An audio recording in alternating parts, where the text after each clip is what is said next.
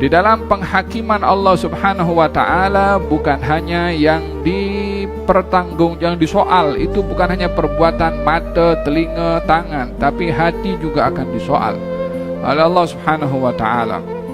Bukankah perbuatan merendahkan orang lain itu perbuatan dosa, juga akan dipertanggungjawabkan juga akan perbuatannya tersebut, yakni yauma idzin tu'raduna la takhfa minkum khafiyah.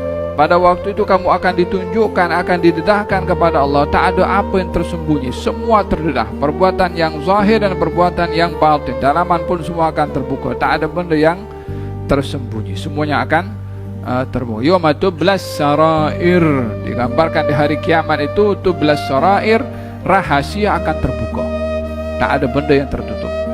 Ya mungkin yang sekarang file sudah masuk dalam peti besi kunci, tak ada orang boleh tahu, tak orang boleh buka, ya kan? Penjenayah yang tak sempat dihukum di dunia, filenya kena tutup umpamanya, ya di dunia boleh tutup, di akhirat tak ada siapa boleh tutup, semua akan terbuka dan akan disaksikan oleh semua orang.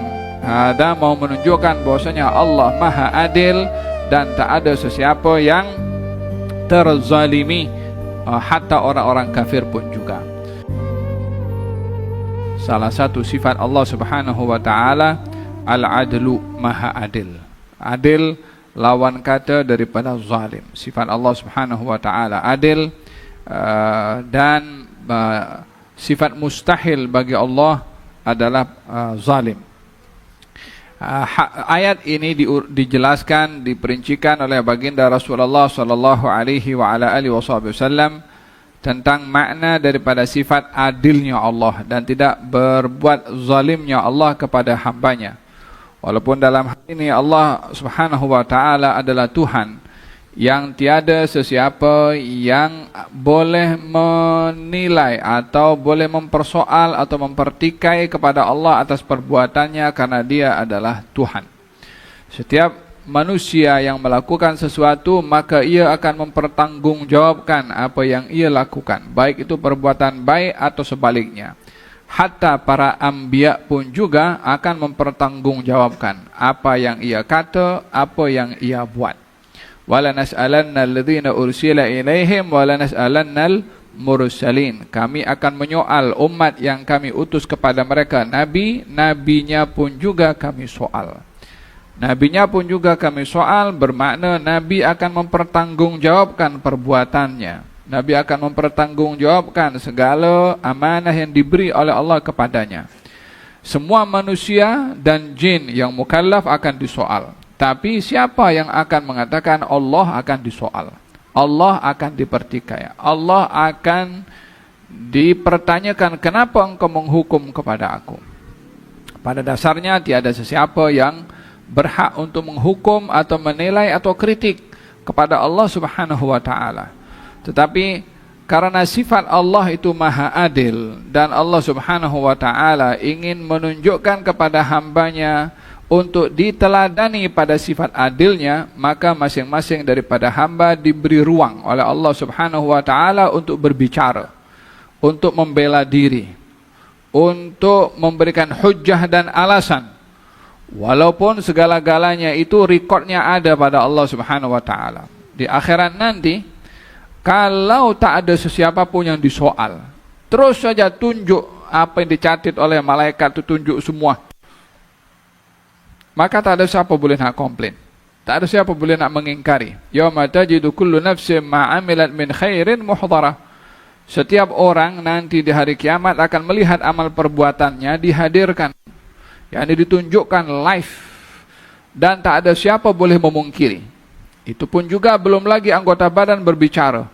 Namun walau demikian pun juga masing-masing diberi ruang oleh Allah untuk bela diri. Masa itu tak ada siapa yang boleh membela kepadanya kecuali dirinya sendiri. Nah, adakah kamu mengingkari apa yang kamu buat ini? Soalan Allah ini, kalau dia sebagai Tuhan, pada dasarnya kalau tak buat pun dia la yus'al amma yaf'al. Dia tak boleh disoal apa yang dia buat. Tapi nak menunjukkan sikap adil, diberi ruang oleh Allah untuk masing-masing membela diri. Faham? Hatta Fir'aun akan diberi ruang, hatta yang lainnya akan diberi ruang Walihada di dalam Al-Quranul Karim Allah Subhanahu wa taala ada menceritakan tentang kritikan orang-orang yang menyembah Nabi Isa alaihi salam. Ketika Nabi Isa disoal oleh Allah, "A anta qulta lin-nasi ittakhiduni wa ummiya ilahaini min dunillah?" Wahai Musa, wahai Isa, adakah kamu mengatakan kepada kaum kamu untuk menyembah aku, yakni Isa, dan ibu aku, Siti Maryam, dua Tuhan selain Allah? Itu dakwahan kaum kamu kepada kamu. Itu tuduhan kaum kamu kepada kamu. Berarti didengari oleh Allah Subhanahu wa taala orang-orang yang menyembah Nabi Isa, didengar hujjah mereka. Kata Nabi Isa, saya tidak mengatakan kepada mereka kecuali apa yang kau suruh saya sampaikan kepada mereka. Nabi Isa membela dirinya juga. Ketika ditanya siapa saksinya, gal umat Nabi Muhammad sallallahu alaihi wa ala alihi wasallam. Jadi masa itu ada mahkamah kubra, mahkamah besar yang akan diadakan, dipengurusikan oleh Allah secara langsung. One by one akan disoal oleh Allah Subhanahu wa taala, alaihissallahu bi ahkamil hakimin. Bukankah Allah yang maha hakim daripada seluruh yang hakim? Di dalam penghakiman Allah Subhanahu wa taala bukan hanya yang yang disoal, itu bukan hanya perbuatan mata, telinga, tangan, tapi hati juga akan disoal oleh Allah Subhanahu wa taala. Bukankah perbuatan merendahkan orang lain itu perbuatan dosa, juga akan dipertanggungjawabkan juga akan perbuatannya tersebut, yakni yauma idzin tu'raduna la takhfa minkum khafiyah. Pada waktu itu kamu akan ditunjukkan, akan didedahkan kepada Allah. Tak ada apa yang tersembunyi. Semua terdedah. Perbuatan yang zahir dan perbuatan yang batin. Dalaman pun semua akan terbuka. Tak ada benda yang tersembunyi. Semuanya akan terbuka. Yawma tublas sarair. Digambarkan di hari kiamat itu, tublas sarair, rahasia akan terbuka. Tak ada benda yang tertutup. Ya mungkin yang sekarang file sudah masuk dalam peti besi kunci, tak ada orang boleh tahu, tak orang boleh buka. Ya kan, penjenayah-penjenayah yang tak sempat dihukum di dunia, filenya kena tutup umpamanya. Ya di dunia boleh tutup, di akhirat tak ada siapa boleh tutup. Yauma tublas sarair, semua akan terbuka dan akan disaksikan oleh semua orang. Hada mau menunjukkan bahwasanya Allah Maha Adil dan tak ada sesiapa yang terzalimi, hatta orang-orang kafir pun juga. Katanya dalam hadis yang diriwayatkan oleh Abu Sa'id Al-Khudri, Abu Sa'id Al-Khudri nama sebenarnya adalah Sa'ad bin Malik bin Sinan, salah seorang sahabat daripada Madinah, daripada Ansar. Lahir 10 tahun sebelum Nabi berhijrah. Ketika Nabi berhijrah usianya lebih kurang antara 10 atau 11 tahun. Abu Sa'id Al-Khudri, yakni termasuk daripada sahabat Nabi yang usianya masih kecil. Datang kepada Rasulullah sallallahu alaihi wa alihi wasallam, faqalu ya Rasulullah, adakah di hari kiamat nanti kita melihat Tuhan kami? Berbicara tentang apa yang menjadi balasan kepada orang-orang yang beriman nanti di akhirat adalah melihat kepada wajah Allah Subhanahu wa taala. Dalam ayat yang dibaca oleh imam tadi, wujuhu yawma idzin nadhirah ila rabbiha nadhirah. Wajah-wajah nanti di hari kiamat nadhirah, bercahaya. Wajah yang cerah, wajah yang bahagia. Wajah-wajah yang bercahaya itu ila rabbiha nadhirah, kepada Tuhan mereka, kepada Tuhan wajah itu nadhirah, akan melihat, akan menyaksikan. Dalam hadis Nabi Muhammad SAW, saat bulan purnama nampak jelas, kata baginda Rasulullah, nanti di hari kiamat kamu akan melihat Tuhan kamu seperti mana kamu melihat kepada bulan purnama ini. Maksudnya clear, jelas. Namun ahli hadis dan ahli tafsir ada berbeza pendapat macam mana caranya. Adakah dengan mata kita saat ini, atau dengan mata lain, atau makna yang lain? Apa maksud daripada melihat wajah Allah Subhanahu wa taala? Bukankah di dalam Al-Quranul Karim Nabi Musa alaihissalam pernah meminta kepada Allah untuk melihat kepada Allah Subhanahu wa taala, akan tetapi ketika Allah menampakkan dan gunung pecah, fa kharra Musa sa'iqa, Nabi Musa terus pengsan. Dan dikatakan oleh Allah, innaka lan tarani, kamu tidak dapat melihat saya. Kata ahli tafsir, ketika Nabi Musa mengatakan kepada Allah Subhanahu wa taala, mengatakan dani anzur ilaik, ya Allah izinkan saya tengok melihat kepada engkau. Allah mengatakan innaka lan tarani, kamu tidak mungkin tengok saya. Kata ahli tafsir, Allah tidak mengatakan saya tak boleh ditengok. Allah tidak mengatakan saya tidak boleh dilihat, tetapi mengatakan kamu tidak mungkin melihat. Apa bedanya? Bedanya adalah kalau dikatakan saya tak boleh melihat, maka Nabi Musa dan selain Nabi Musa tak boleh melihat. Tapi kalau dikatakan oleh Allah kamu tak boleh melihat, mungkin yang lain boleh melihat. Mungkin itu di dunia. Beza ayat itu di mana Allah mengatakan innaka lan tarani, kamu tidak mungkin melihat kepada saya. Mungkin yang lain boleh. Walihada dalam hadis Nabi Muhammad, dalam riwayat Ibn Abbas radhiyallahu anhuma mengatakan ketika Nabi pergi Isra Mi'raj melihat kepada Allah Subhanahu wa taala. Bagaimana melihat kepada Allah Subhanahu wa taala? Hadirin hadirat yang dirahmati oleh Allah Subhanahu wa taala, kita dalam bahasa melihat itu mempunyai maksud yang luas. Orang yang hanya bergantung penglihatannya itu pada mata kasarnya, maka mata kasar ini memiliki limit pada pandangannya. Dia tidak boleh melihat apa yang di sebalik dinding itu, apa di atas bumbung itu. Sebab ini mata hanya boleh berfungsi bila ada cahaya dan bila ada batasan-batasan yang boleh dikesan oleh mata. Coba kalau gelap semua, mata tidak berfungsi untuk melihat sesuatu, iya kan? Tapi kalau orang pakai cermin mata yang ada lampunya itu, macam kalau perang itu, dia boleh nampak ada gelap. Dan dengan demikian, mata ini sendiri yang kalau melihat memerlukan adanya cahaya, dan kalau gelap tidak boleh melihat. Ada kalanya kalau guna alat itu boleh melihat juga, yang lain tidak boleh melihat. Dalam hal ini mata berfungsi dalam satu keadaan dan tak berfungsi dalam keadaan yang lainnya. Walaupun ada mata tapi tidak boleh melihat kalau gelap. Lebih daripada itu, mata ini bila dikuasai oleh mata hati yang lebih kuat, mata hati ini boleh menguasai mata kasar melihat sesuatu yang tidak nampak. Bukan hantu. Gal Sayyidina Abu Bakar Siddiq radhiyallahu anhu wa ardhah, saat naza' dipanggil Siti Aisyah. Katanya, wahai Aisyah, saya ada tanah awalnya nak berikan kepada kamu, tetapi saya sudah nazak sekarang, maka tanah itu akan menjadi waris. Agihkanlah tanah itu kepada 2 saudara lelakimu dan 2 saudari perempuanmu. Sayyidina Abu Bakar waktu itu ada anak 2 lelaki, Muhammad dan Abu Bakar dan Muhammad dan juga Abdurrahman. Anak perempuannya adalah Siti Aisyah dan juga Siti Asma. Yang ada waktu Sayyidina Abu Bakar mau meninggal dunia.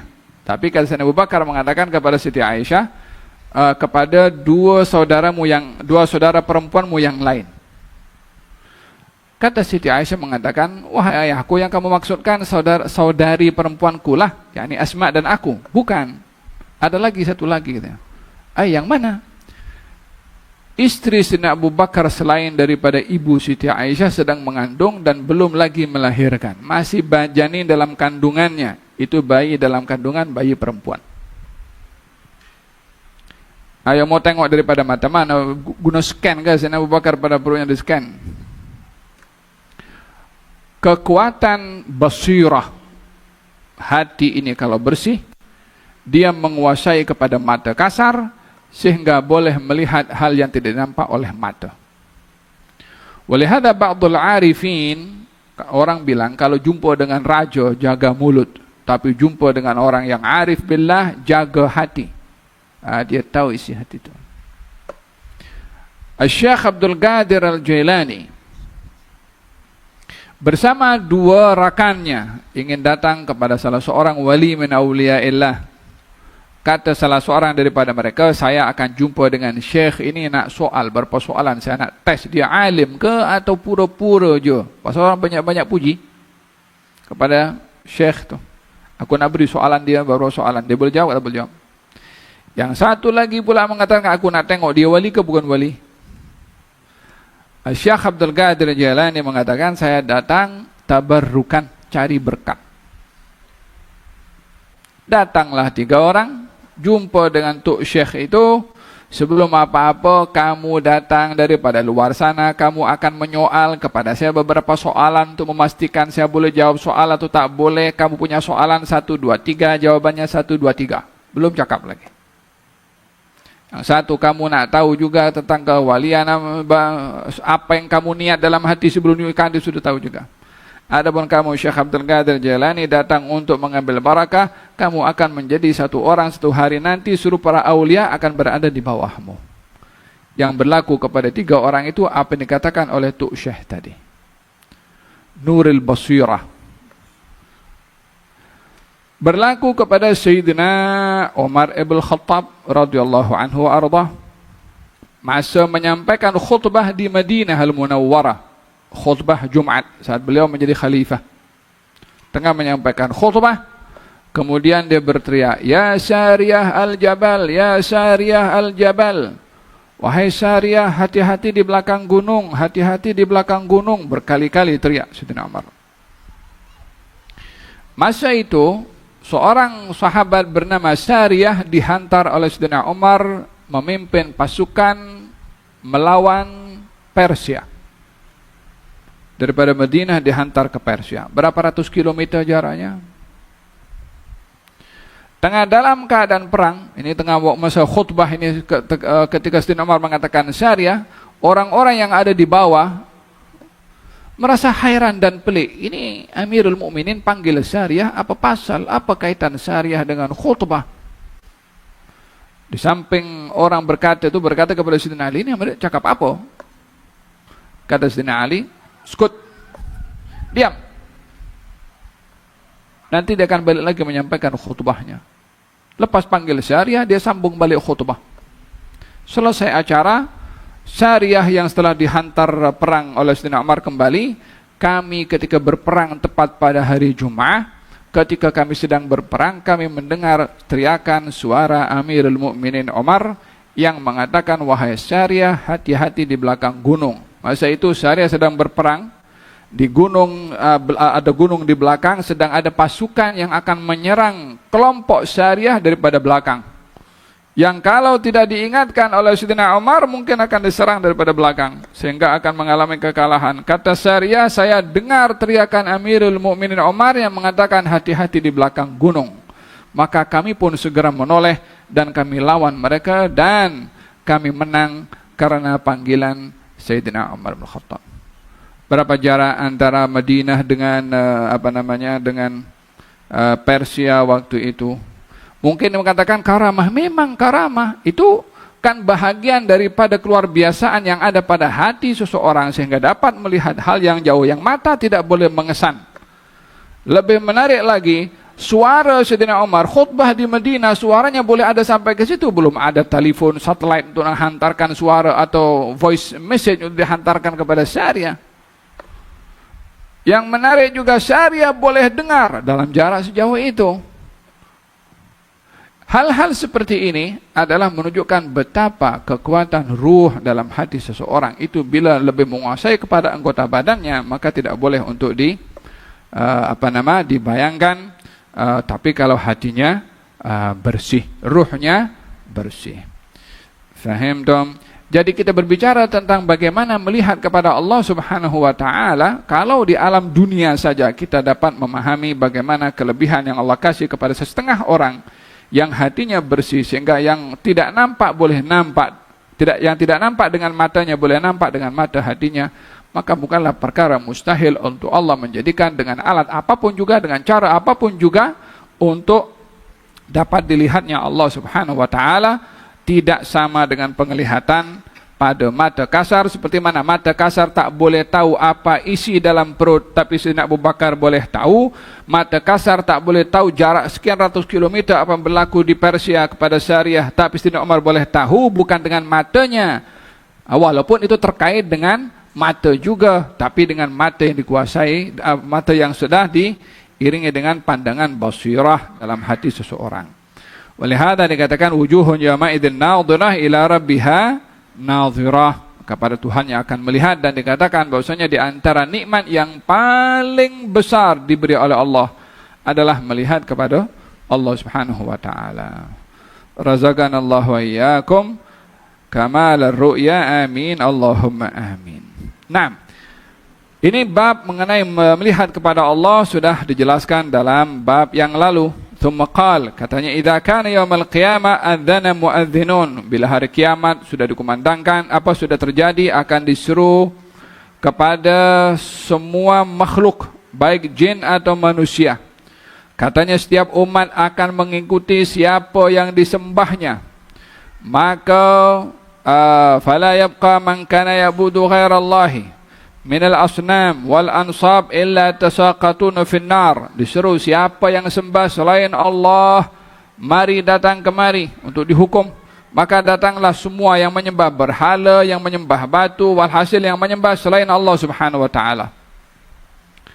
Mereka terawal lagi dicampakkan ke dalam neraka waliyadu billah, sehingga antara orang masuk syurga dan masuk neraka, waktu itu didahulukan orang masuk dalam neraka dulu, supaya lebih awal mereka merasakan adab waliyadu billah, disebabkan perbuatan kufurnya kepada Allah Subhanahu wa taala, yang menyembah berhala, yang menyembah batu, dan yang menyembah selain Allah, yang sembah pokok, yang sembah matahari, yang sembah awan, yang sembah manusia, walhasil yang sembah selain Allah Subhanahu wa taala.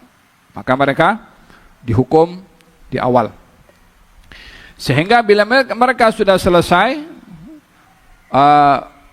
ada yang menyembah kepada Allah Subhanahu wa taala, tetapi mereka daripada golongan orang yang bar dan fajir. Dalam hidupnya mengaku menyembah Allah, tetapi di antara mereka ada yang bar, yang baik, berbakti, yang betul. Ada yang fajir, yang jahat. Di antara mereka yang jahat di sini adalah golongan ahlul kitab, Yahudi dan Nasrani.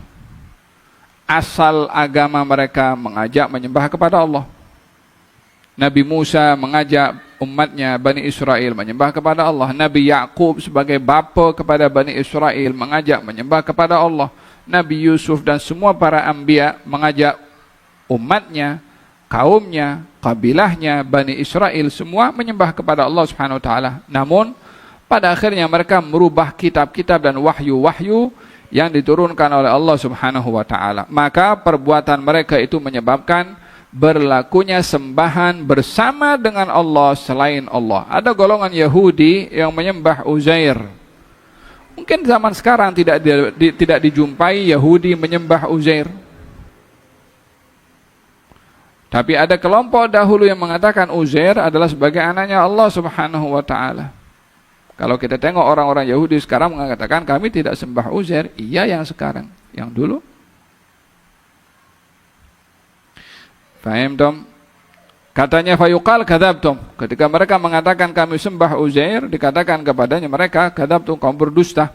Allah tidak menjadikan sesiapapun sebagai anak. Kepada Allah Subhanahu wa taala, apa yang kamu mahu? Katanya kami sekarang dalam keadaan kehausan, mohon beri minuman kepada kami. Fayushar. Maka ditunjuk kepada sebelah sana, ada nampak macam sarab, fatamorgana. Fatamorgana itu adalah penampakan daripada api neraka Jahannam, sehingga disangka oleh orang-orang Yahudi itulah air. Mereka pada meluncur ke sana, berebut, bertunggang langgang lari. Ternyata mereka menuju ke neraka Jahannam, waliyadzubillah. Orang-orang Nasrani pun yang sama, karena mengatakan bahwasanya Isa anak Tuhan, sama dengan perbuatan orang-orang Yahudi. Walihada ketika ditanya kepada Rasulullah sallallahu alaihi wasallam, wahai Rasulullah, dosa apa yang paling besar dilakukan oleh seorang? Katanya, antaj'al lillahi niddan. Kamu menjadikan bersama dengan Allah sekutu. Itu dosa yang paling besar. Karena dengan menyekutukan Allah Subhanahu wa taala adalah membatasi kekuasaan Allah, karena Allah perlu kepada sekutunya. Sehingga dengan demikian menafikan kekuasaan, keperkasaan Allah Subhanahu wa taala. Seperti yang menyembah bersama dengan Allah Subhanahu wa taala zaman jahiliyah, sembah berhala, sembah batu, dan zaman sekarang sembah matahari atau sembah pokok, wala macam-macam sembahan yang diyakini bersama dengan Allah Subhanahu wa taala sebagai Tuhan. Itu dosa yang paling besar dilakukan oleh seorang hamba kepada Allah Subhanahu wa taala. Antaj'al lillahi niddan. Oleh sebab yang demikian, di antara dosa yang besar juga dalam amalan manusia bila memaksudkan dalam ibadahnya bersama dengan Allah selain Allah. Seperti dosa menyekutukan Allah dalam ketuhanan, dosa juga menyekutukan Allah dalam amal ibadah. Menyekutukan Allah dalam amal ibadah dinamakan riya. Bersedekah, apa tujuannya? Untuk dipuji. Padahal sedekah itu untuk Allah Subhanahu wa taala. Pergi haji atau umrah, apa tujuannya? Untuk mendapat gelaran haji. Padahal haji dan umrah adalah untuk Allah Subhanahu wa taala.